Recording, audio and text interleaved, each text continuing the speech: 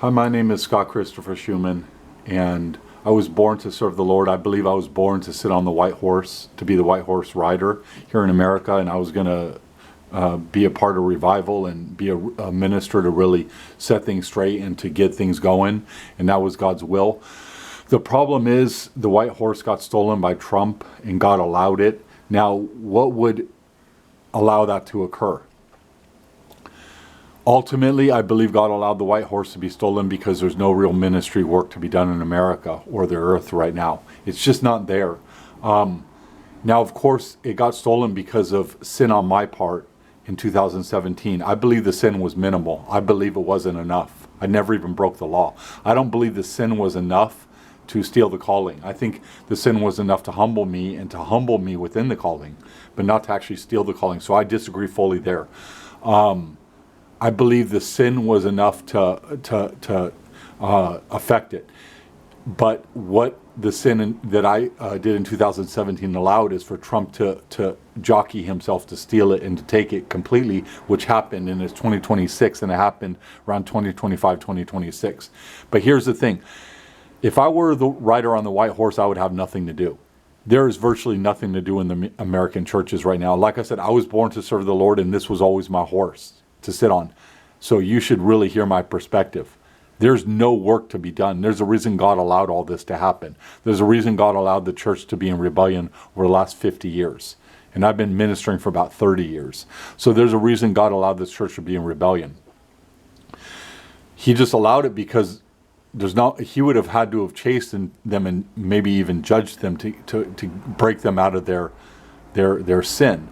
But he never did that. So because the church was knee-deep in sin since the beginning of my ministry, in 2017, about 18 years in, I kind of made a few mistakes here and there. And I guess they were counted horribly on my account. But like I said, the church was inactive. There was nothing to minister to at that time, and there's nothing to minister to at this time in 2025 and 26. So when you really are discerning and honest with yourself, it's not so much the white horse was stolen, but the white horse doesn't really have purpose. I mean, the white horse is supposed to kind of mimic Jesus's white horse. It's kind of hard to be a white horse rider when you have no church to minister to, and that's a fact. You could talk about my sin in 2017, but there's no church to minister to, and there never has been. So I believe God allowed all this to happen. He allowed me to be tested and tempted to a level. In 2017, I guess I did enough to lose my calling. I don't agree. But I fell in 2017 some. It was used perfectly to usurp this calling and usurp the horse away from me. So now Trump sat on it. Trump is now sitting on it. The thing is, Trump can't minister to the church either. There's no church to minister to. So interestingly enough, instead of the horse being in America doing a revival work, a ministry work, a powerful ministry work to really heal people and help people, Trump hopped on it, and he's basically taking over to Israel and Iran. And what's going on now is basically stopping of war. So he's using the white horse to stop war, which is what God's allowing. And that's what God's allowing. But that's not the purpose of the white horse. The white horse's purpose was always to do ministry work here in America. And I'm sure the president at that time, if it was Trump or someone else, they would have obeyed what was supposed to be done in America, and if they had to fight against our enemies to secure either America or America's interests, they would have done that at that time. So I'm sure that if I was still the rider on the white horse, whoever the president was right now, they would be defending Israel the way that our presidents have pretty much always defended Israel for the most part. So I'm pretty sure, especially if it's a Republican, so I'm pretty sure that whoever the president was, they'd be defending Israel right now, and I'd be on the white horse doing a revival work in America. But like I said, because there's never been a church to minister to my entire ministry, God just allowed things to fall out the way they did. And I kind of fell away a little in 2017. I lost my white horse then. And then God's going to allow Trump to hop on there because Israel needs the help. And he's going to allow him to be on the white horse and to go over and to do the things that are done. But the message I'm trying to give in this video, the white horse is not being used for what it was raised up to be used for. It was raised up for revival and to do a ministry work in America. And the white horse is not being used to do revival or ministry work in America. It's being used to kind of stop war or start war or deal with war over in the Middle East between Israel and Iran right now.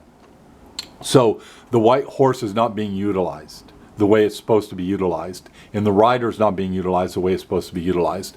So this is a really, really, really interesting and applicable point, because you want medicine to cure a body. You have medicine so the body can be cured. The white horse and the rider is supposed to do a certain work. It's not going to happen now. Because I was born to serve the Lord and I was born to sit on that white horse, it's the work that's supposed to get done is never going to get done. And people will say, well, Scott, whose fault is that ultimately? Ultimately, I think it's the church's fault. The church was so sinful for the last 30 years that there's really nothing a white horse rider can do. So it's just tragic that God set up a white horse to really help our nation and America and the world in general, so America can be a witness. And it just got stolen a certain way. It just got routed a certain way. And people will say, well, Trump sitting on it's still a good thing. Not really. It's not. I actually see it more of a judgment ultimately. I think God wanted me on that white horse. It's just not realistic. And so he'll take what he can get. And Trump on that white horse is going to be about 25%. And people will say, well, that's still a good thing. It's not a good thing. It's almost like it cancels it out. The white horse is basically canceled out at this point. There's not enough meat on that bone. So the 25% isn't going to be tangible. You know, the white horse needed to be here in America, not over in the Middle East. It had to be here in America doing a revival work based on the Bible. And I was the minister to do that. But like I said, there's no church. There's never been any church for me to deal with. So I'm not surprised this calling got shot all to hell. I'm not surprised at all that things ended the way they did. Now, people might say, well, Scott, if you were perfect, if you never messed up, do you think you would still be the rider on the white horse? It doesn't apply. I'm sorry, but I don't think anybody in the history of mankind, including myself, could have gone 25, 26 years without talking a little smack or making small mistakes that would have been used against me perfectly. Like I said, the sin I committed in 2017 wasn't that big of a deal. It just wasn't. And I've talked to people about it, and they don't believe it's that big of a deal.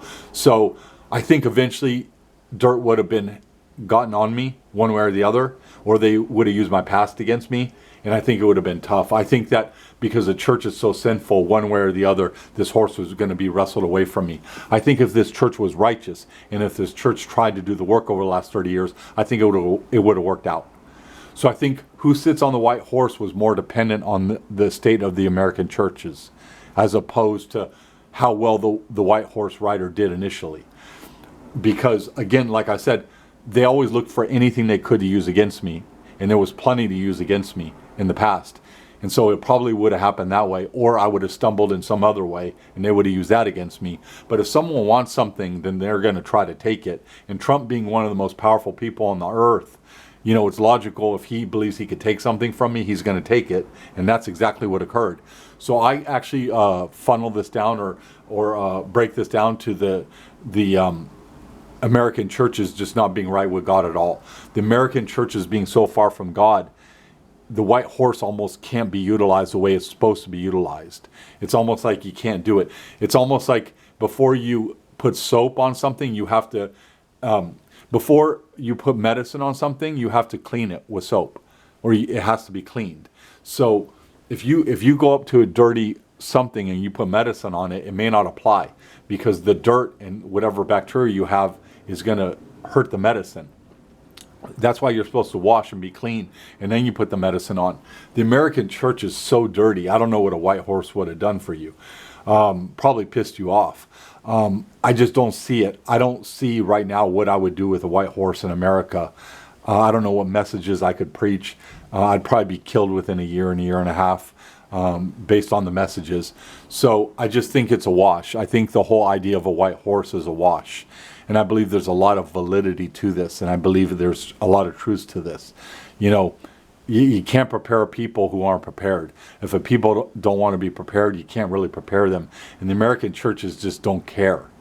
Everything the white horse stands for, the American churches are against.